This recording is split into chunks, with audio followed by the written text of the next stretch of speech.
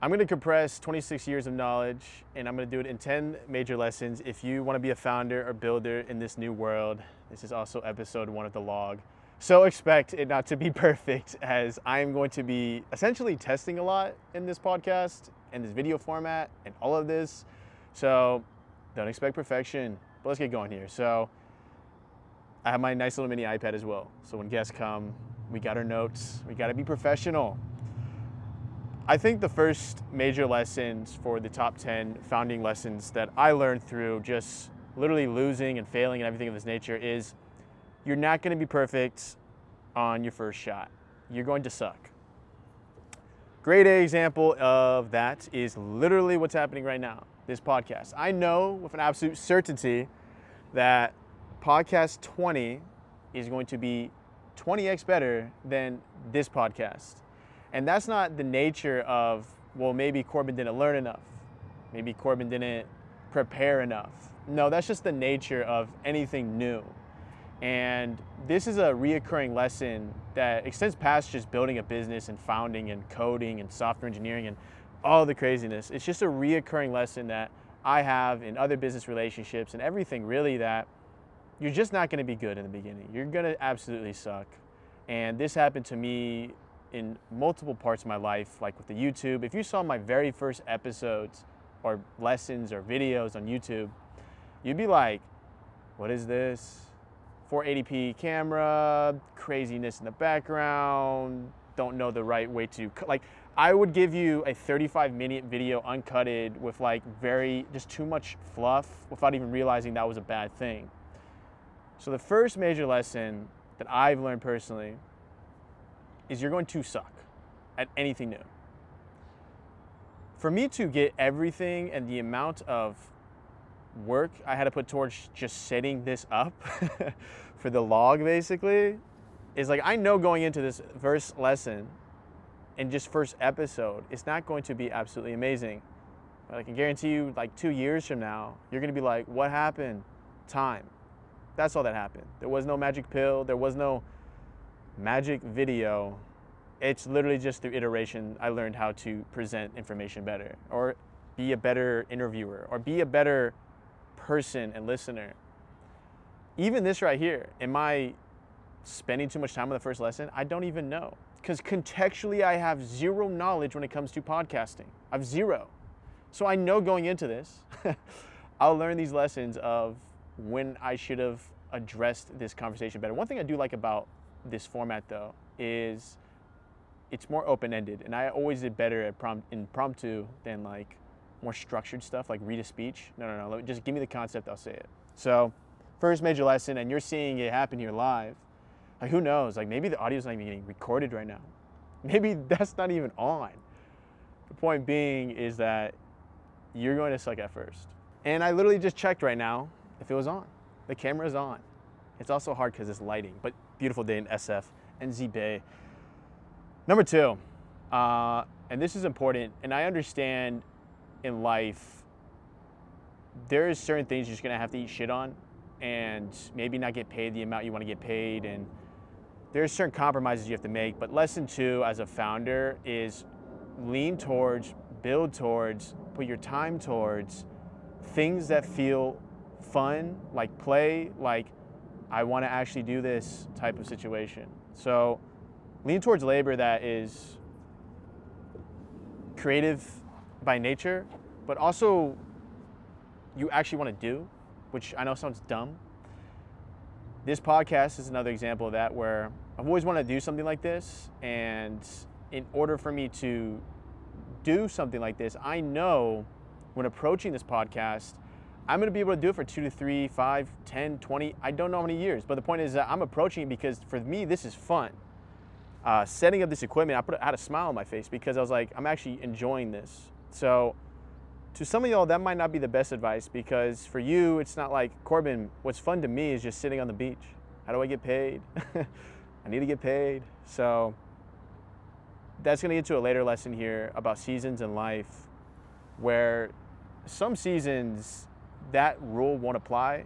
But what I can say is that you just take who you are and the general direction you're going towards in life and lean into that, invest time in that. So if in life you've always had an inkling or an interest into like stocks or just investing, or that was always kind of cool to you, then do little things towards that goal. Like for me personally, when I was coding at a young age, I was coding because I thought it was fun. I didn't code at 12 and 13 because I was like, I'm gonna make the next $1 billion app. That wasn't the reason I did it. And talking to people here in San Francisco, it's become evidently obvious to me that the winners that I talk to, the people that really are far ahead in life, are the ones that value creativity and curiosity. Those are the people that go the farthest because, one, they're just more fun to talk to. Someone that you can tell is genuinely passionate about a topic or an idea is, like, it's just, the conversation flows better.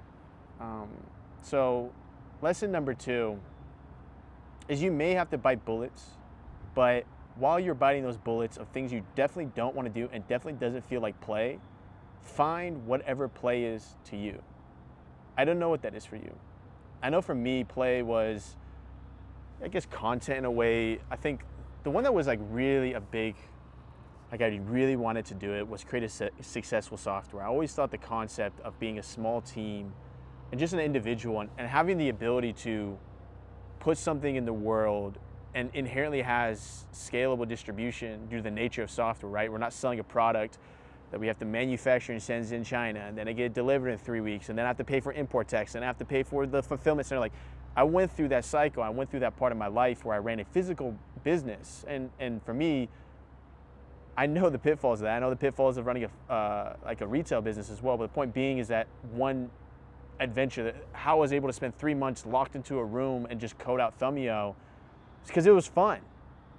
So if you find something that's fun, like that little thing that's like, I actually enjoy doing this, it makes everything else so much easier. If you're gritting your teeth and you're trying to push through something, that happens in life, but don't make your profession out of something that's not enjoyable for you. You have to lean towards something that you genuinely have an interest for, and it genuinely piques that curiosity, that kid in you that was you when you were 12 years old and you were curious about XYZ. A lot of times what you'll realize is that, and what I'm realizing as I get older, is the things I find most enjoyment out of are the things I was enjoying when I was a kid. Like specifically like Lego animation, building. I used to do these like Lego Mindstorms, I think they're called, like robots, coding in Java. Somehow in my life, I went from coding as a kid to then doing business outside of software to then finding myself back in software, because for me, it feels like how I was when I was 12 again, and just coding an app that I could put on a store and then play on my phone. The very first app I actually created during 2012, I think it was the Brazilian versus Germany World Cup. You know that massacre. It was like Germany got 7 on Brazil, and I think Brazil got 1. I think Neymar was like, his leg was injured. I don't remember the specifics. I just remember Germany absolutely clobbered Brazil in the World Cup. But during that World Cup, there was like those little things you go like this, you know? Like the 2 balloons, look it up. Ask Gemini. And the first app I created was something along the lines of literally just clicking that and it made the sound. I thought that was the coolest thing ever. Because you would see text turn into a visual. And that's the type of stuff that you want to lean in on when it comes to being a founder. You'll build your best businesses on the ones that you genuinely are curious about learning more about, because you'll learn more than anyone else that's just doing it for a paycheck. So we get to number 3, which is going to be a big one for a lot of people. And it's like an unlock in your brain that needs to happen. But number 3, as a founder, you're probably underpricing yourself, but you don't necessarily realize that. One big thing in life is your time is the most fundamentally most powerful thing you have. Your time is the most valuable thing you have. It's literally take everything to zero, it's your commodity. Someone that's 80 years old right now could have trillions of dollars, but they would probably switch their life with me, who's 26. Why? Because I have more time. So when you realize time is valuable, and then you break it down even further to the point that When you work a job, okay, yeah, they're getting your knowledge and knowledge work or physical work or whatever it may be. You're quite literally trading your time for money. That's why it's called a 9 to 5.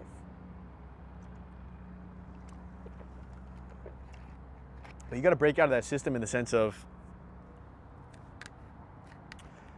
the amount of money you can make in an hour if you leveraged and focused your skill and went down that path as a founder, the amount of money you can make in, let's just say a day. Let's not be hyper here, right? A day. You can make more money in a day than you can make in 30 days if you price yourself correctly. Because in reality, they're not, the thing they're buying is your time. There is a lot of money in this world. So there is like TLDR of like advice I could give on this topic, but what I can tell you is this: if any founder that I've known is, you'll have different types of clients, you have different types of business relationships. Some relationships you want to do, some relationships you don't want to do. But you need to find your ability to say no in these kind of conversations and set a hard line for how much you think you're worth. And ironically, let's say XYZ thing needs to happen, or let's say XYZ thing needs to happen, and it's like, I'd probably do this for $1,000. Ask for 2,000. See what happens. And then what you'll realize over time is that, oh, interesting. People seem to be paying me 2,000 for this. Or what happened if I put 5,000 for this?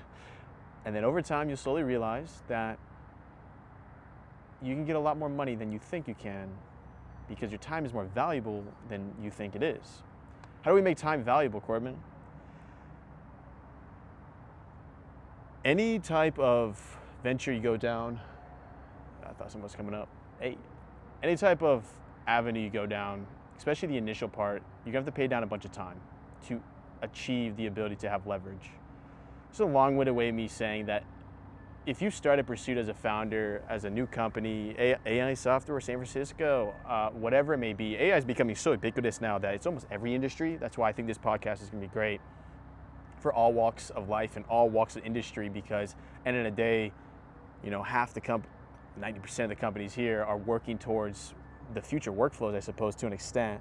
But the point being is that start putting out feelers for your time, because in reality, your time is more valuable. Here's another lesson, and this is especially important this is important for everyone, but this can be really applied to anyone in their 20s. And in your 20s, we tend to waste more time, and we're not even realizing it because of the fact of we don't necessarily know what levers to pull on. So this is much more of an exploratory phase.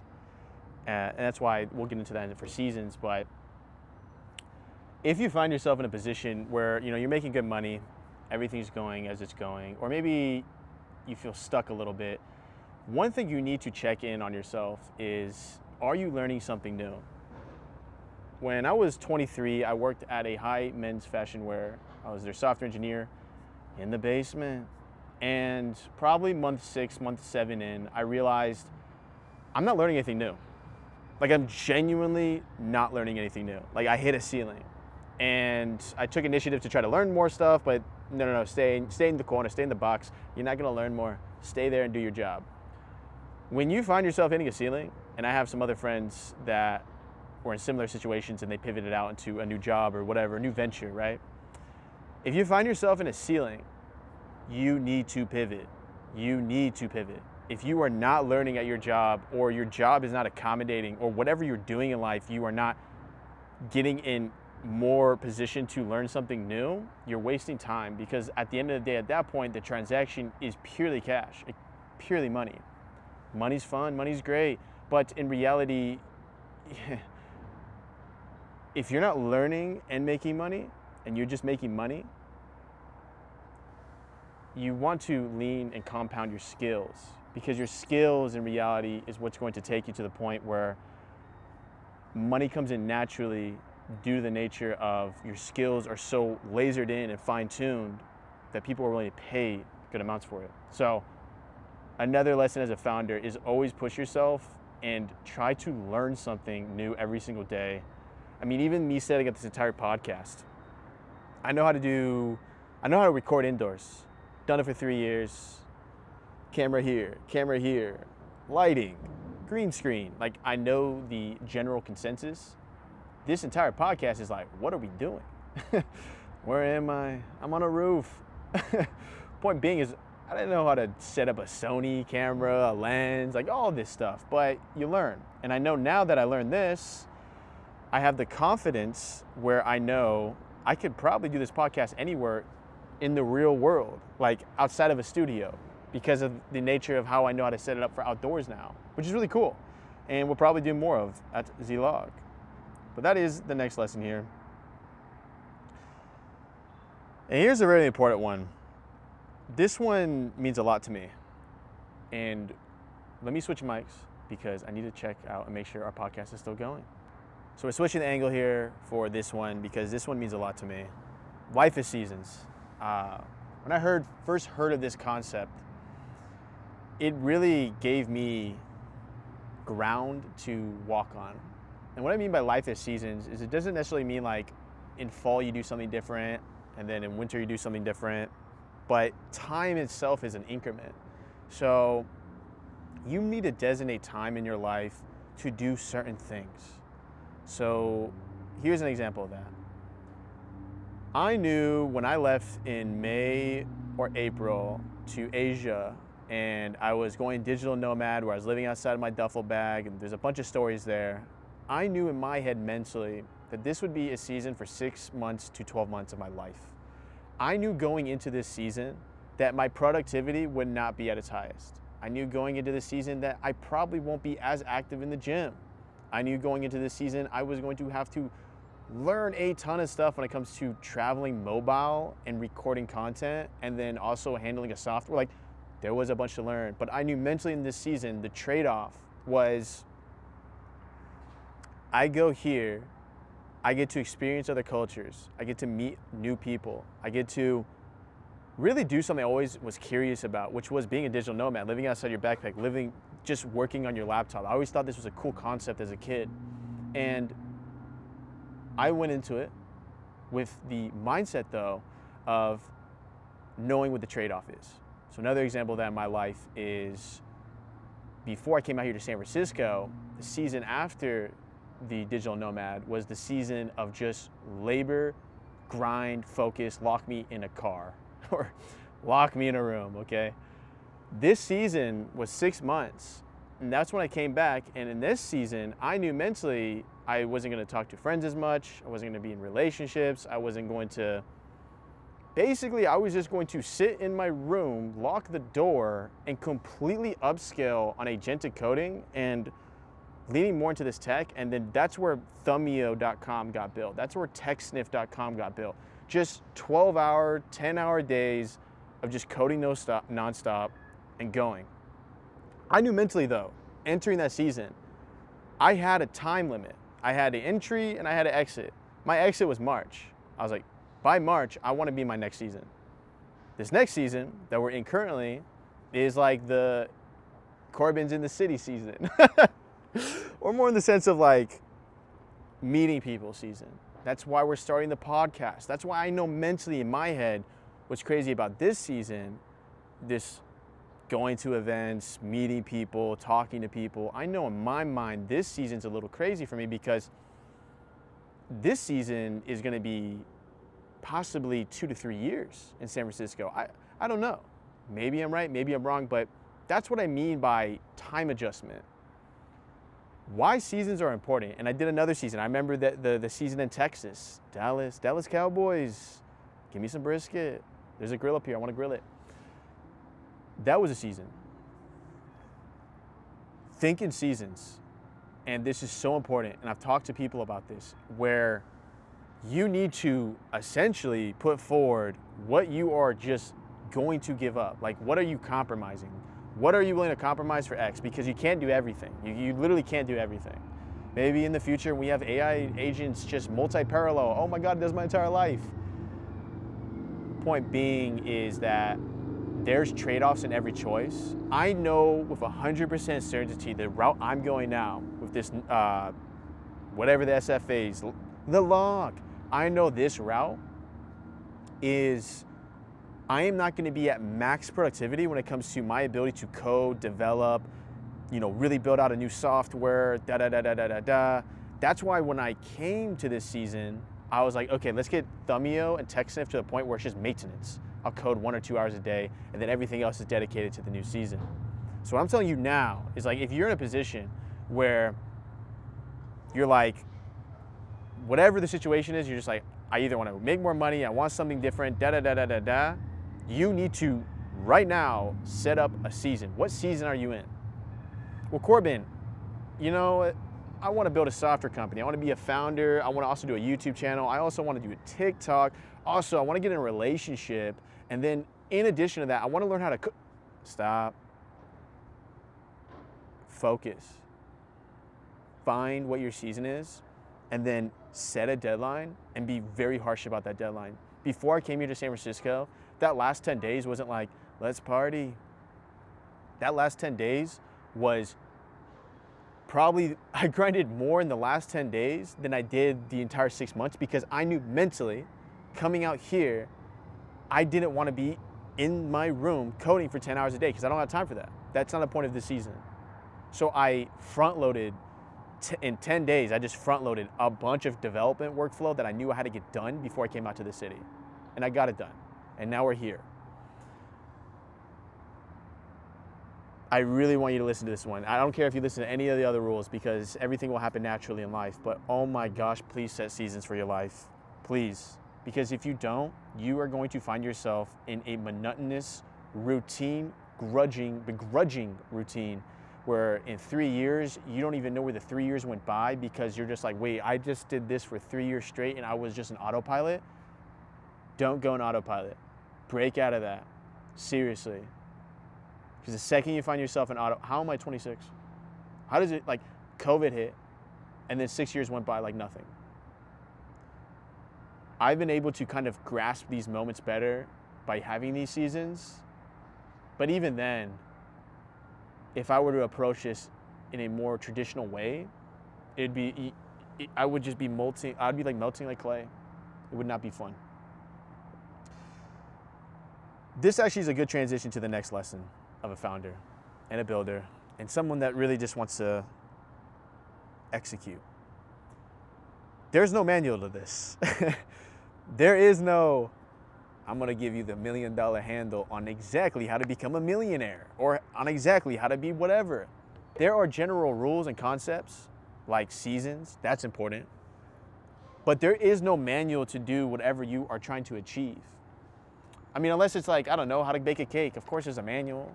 But even then, there's different ways you can bake cake. Like German chocolato. German chocolato cake with some chocolate ice cream. Now you're speaking my language. But because there's no manual, you could have 1,000 millionaires in a room, and if you ask each millionaire in that room, they're gonna have a different way for you to achieve $1 million.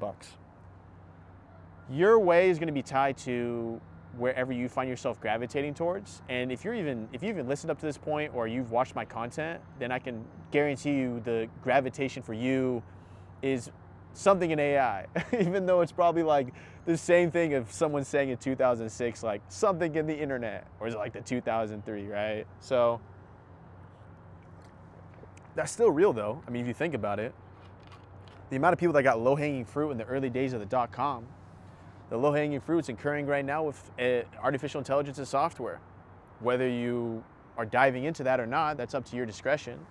But there is no manual to this. So therefore, everything I just said in precedent, listen, because the idea is that if there's no manual, then you just need to enter this world with authentic self and do whatever pulls you.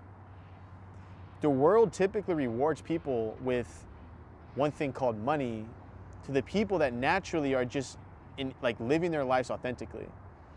Because at a certain point, when you put enough stuff in the world that you've done and you've built on and you worked on as a founder, at a certain point, someone's gonna see it and they're gonna be like, this is kind of cool.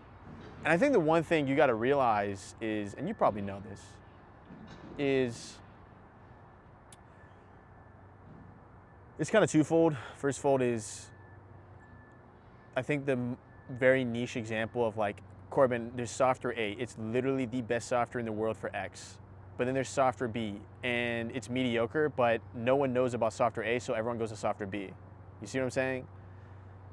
There's more power in network, connection, distribution, like than there ever would be in actually selling a better product or whatever. But the point being is that you yourself are a product in a way, and therefore the only way to make a good product of yourself, to productize yourself, oh my gosh, I'm a product, buy me on the shelf, Costco, wholesale, is to live by what you believe, and then naturally things will come to you. And that comes to the next lesson here, which should be the next lesson. Let's see if I got my notes right. Yeah. Which comes to the next lesson here, which is win stack, winning compounds. There's a term in politics called political capital, where if a politician wins on a bill and then wins on another bill and then wins on another, it just momentum, where people are more likely to say yes to the XYZ bill because that politician won, political capital. But this concept applies to life, and it applies to a lot of different verticals. And specifically, one really big vertical is entrepreneurship, being a founder, being a builder, and just building in this new phase is wins stack, not because the win itself is valuable, because now mentally you know you could have done that. So what do I mean by this? Maybe as a politician, it's like I passed that bill. Now I know I can maybe pass even a bigger bill or put some pork in the bill, whatever it is. You as a builder, founder, as a let's get stuff done type of person, take a win and you can stack it. So 2 great examples from me. For me to reach 100K subs on YouTube, it took me 18 months. Once I reached 100K subs on YouTube, it wasn't about, could I reach 1 million? It's, I could reach 1 million. It would probably take this amount of time. Based off my experience, I'd probably have to put this much effort. It's that wisdom that compounds from the 100K that then extends past that. But even then, 100K subs on YouTube is like a milestone mentally in your life that you notch. And then you're like, well, because I could do this, that means I could do this. And then the other example for me would be like building Thumbio.com to 250K lines of code, full stack software, by myself, agentic coding in 3 months. That win then builds onto that. And then now I have these 2 wins. And then a third win could be like, I want to IPO a stock, or I want the next software company. If you got this far, you better learn my next software company. The next software company I'm 100% going to back is going to be a fintech. I'm going to get all involved in fintech. I love the fintech. Let's do the fintech. Point being, though, and your life, as I said, is not going to be my manual. I don't know what your version of a big milestone hit is, but find that, understand that, and then once you have that, it compounds. And it makes it so that when I do something like this, where I go on a limb, I'm doing a podcast. He's doing a podcast guy. I just do it because I know mentally from my experience of YouTube and that stack I won, I know content, I know how it works. Give me 2 years at this podcast, see what happens, right? But that's based off a win. And win stack, and then it gets to the point where it compounds so much that I'm looking at my Amex bill from this month and I'm like, bro, I do not want to pay that. I'm paying it, but it's a lot. I just don't want to do it. But wins compound. But here's a very important part of that lesson that goes the other way. So, because the universe is balanced, I think everything in life happens for a reason. That could be a deeper conversation for another time. Even the really bad stuff, there's always going to be like a lesson to be learned. Or maybe I'm just coping. But I think a big thing is that if winning compounds, so does losing.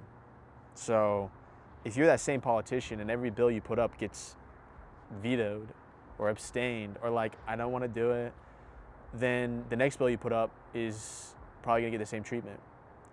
So if you've lost a lot in life, if you've done a lot of things where you've never gotten that win, it becomes harder for you to get that win. I'm not saying this to discourage you, but what I'm saying to you is that once you do get that win, that wisdom from the win compounds to the next win. But don't find yourself in a negative cycle where basically you just like, your ground zero is just, you've compounded loss. Don't do that. to say that I failed at a bunch of stuff, y'all. I am by far no perfect person. I failed at, but a failure to me is knowledge and wisdom to compound to the next thing, right? I can't even conceptually tell you how many things I failed at. If I'm gonna take something seriously, I'll be like, okay, let's make this an EIN, let's make this an LLC, let's actually make it a legitimate government entity or business entity in the government. But there's been so many things where I've kind of put feelers out for maybe a month or 2 months, like, do I like this? Is this business gonna work?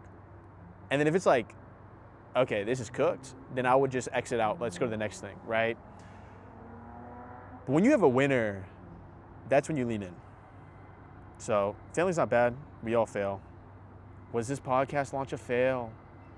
But you'll learn over time, it's just through iteration, so it doesn't matter.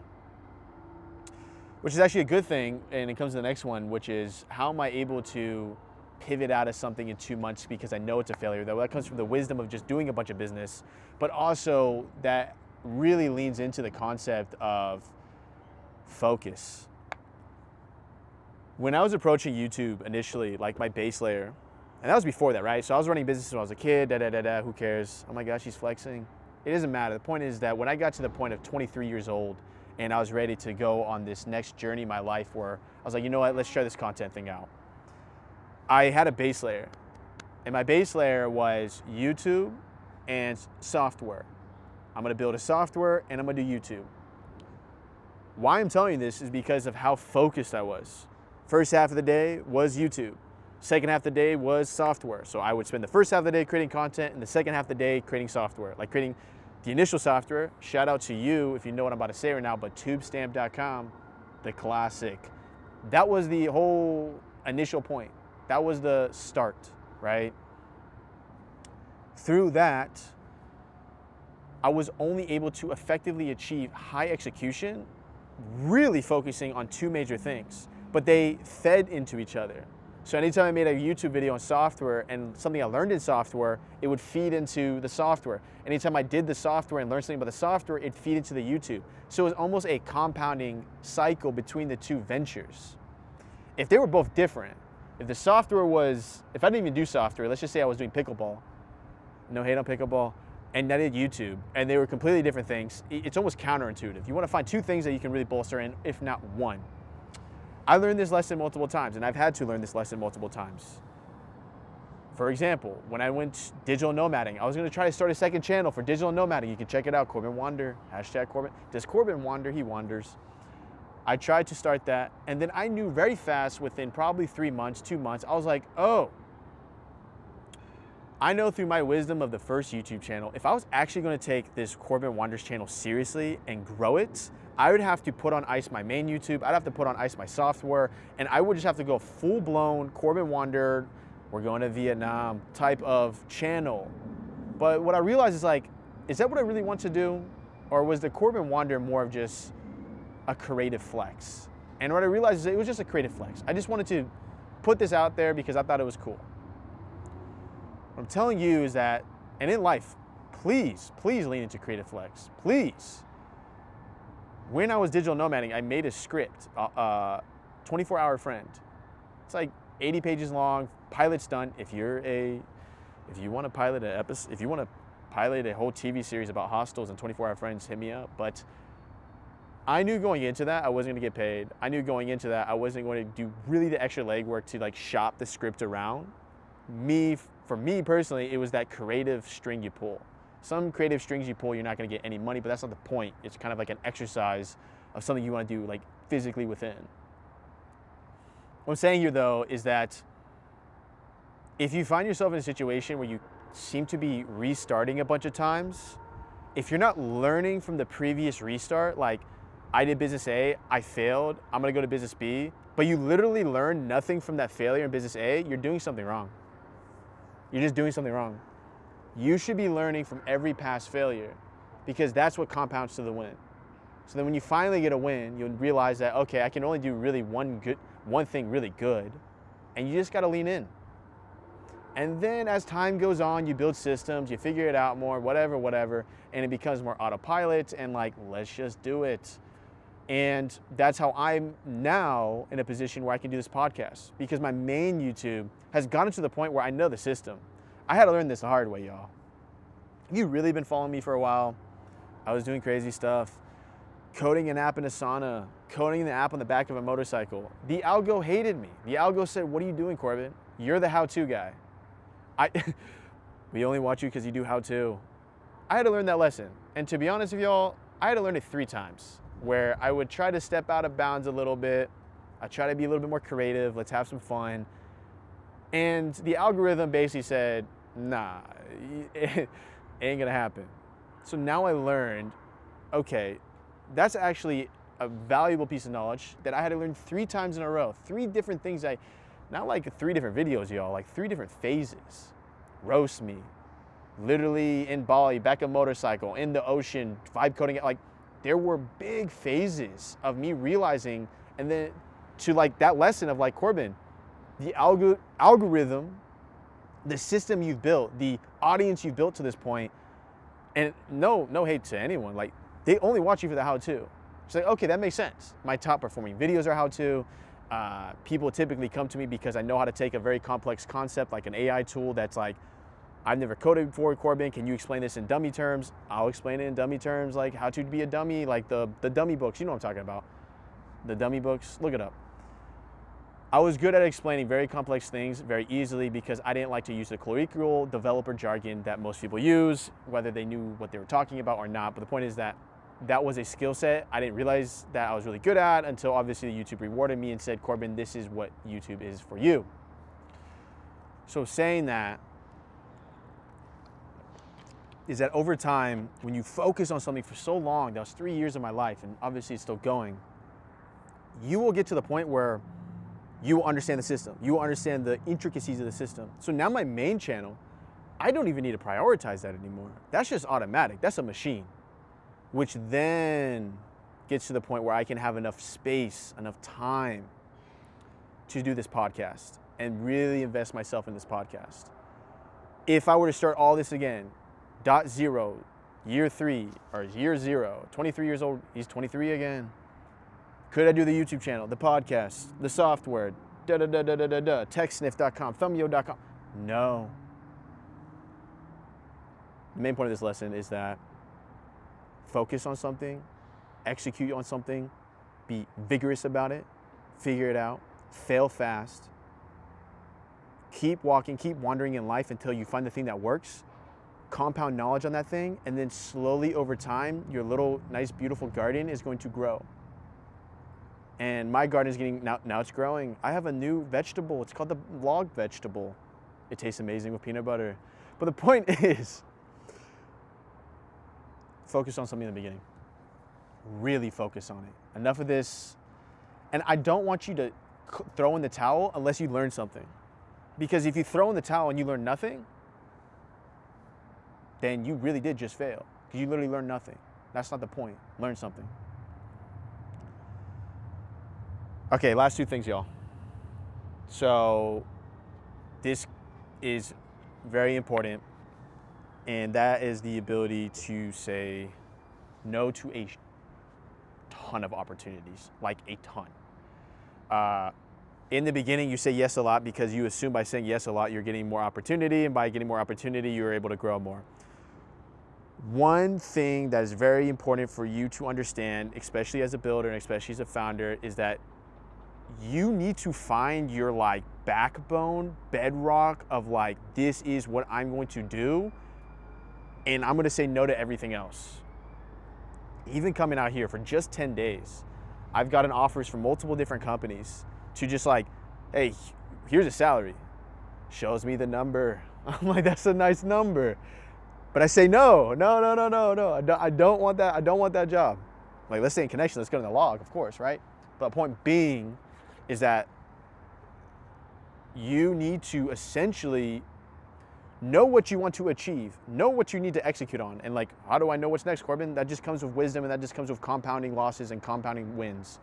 But point being is that you need to say no to a ton of stuff, and you need to have a backbone where, because imagine this scenario. The second I say yes, this never happens. The log, It's not even that Vita's in it. It's just tush. It's gone.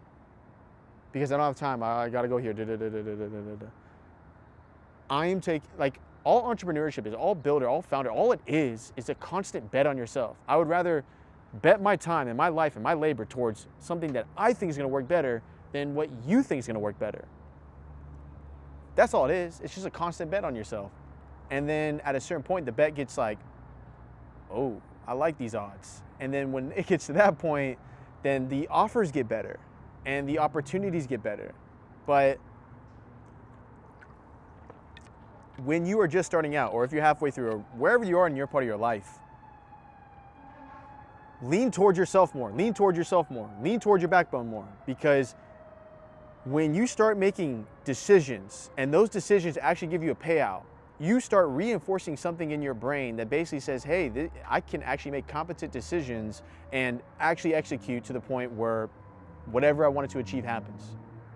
This is a reinforcing muscle. And I would rather lose based off something I decided to do than honestly win based off what someone else told me to do. Take that as you will. But the point is that if you're accountable for your losses and your wins because you made that decision, then it's just so much easier. Because then you can put it all on yourself and you'll be able to execute at such a high level, which really comes down to saying no. And there's a bunch of opportunities I say no to. You need to essentially just buy yourself time. You're buying time so you can invest in these kind of verticals that the payouts and the ROI are just like, what are we talking about? Because of the fact that the initial inertia towards that specific opportunity can only be done if you say no to everything else. This is a long-winded way of me saying is you gotta take a bet on yourself.